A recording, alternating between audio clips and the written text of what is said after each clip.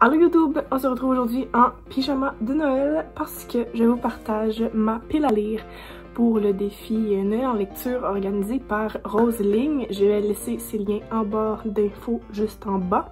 Alors déjà en commençant, moi lire 10 livres dans un mois, c'est vraiment pas quelque chose qui est dans mes habitudes. Habituellement, je vais lire entre 3 et 5 livres par mois, dépendant de combien d'heures je fais au travail. Donc 10, ça me sort de ma zone de confort. Mais j'ai une semaine off à la fin du mois, donc je vais pouvoir rattraper le temps perdu, là, puis vraiment lire 24 heures sur 24, s'il faut. Alors clairement, s'il y a une chose qui est sûre, c'est que ce n'est pas rempli de confiance que je m'attaque à ce défi. Par contre, je vais donner tout ce que j'ai. Écoutez, je peux rien faire de mieux. Alors le défi, si vous le connaissez pas, c'est 10 catégories qui sont toutes reliées à des titres de films de Noël qui ont une signification particulière pour Rose. Donc sans plus attendre, voici ma sélection pour Noël en lecture.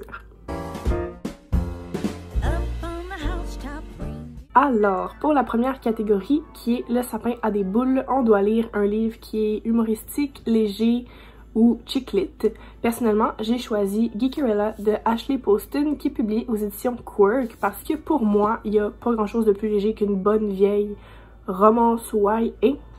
Chaque fois que j'ai une panne de lecture, c'est comme ça que je me remets sur le droit chemin. Donc, c'est probablement le premier livre que je vais commencer en décembre.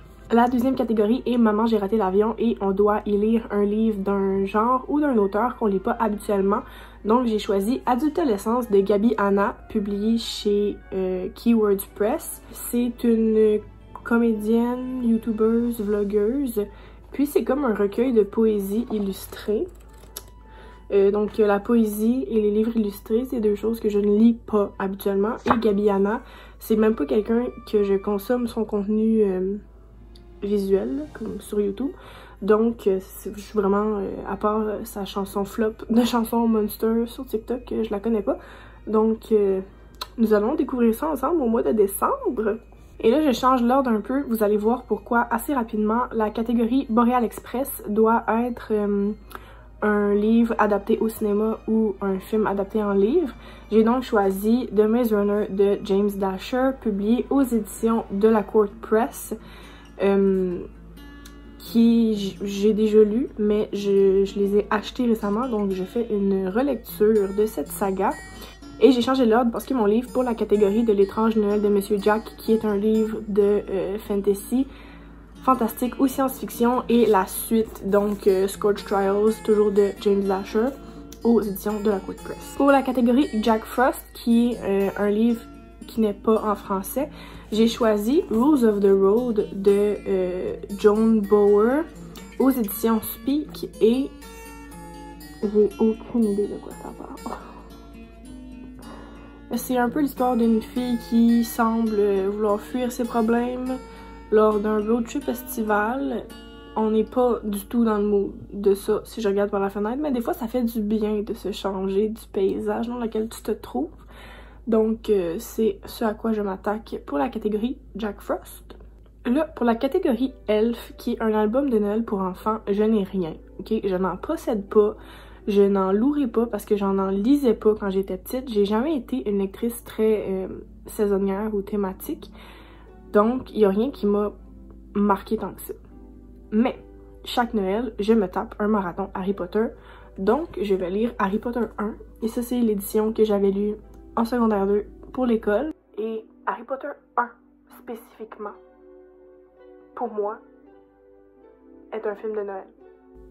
On peut débattre là-dessus parce que c'est aussi un film d'Halloween et un film d'automne et un film d'hiver et un film d'été. Pour la catégorie du Grinch, qui est mon film préféré, si on est mon film classique préféré, mettons, parce que ça exclut toutes les nouvelles nouveautés. Les nouvelles nouveautés.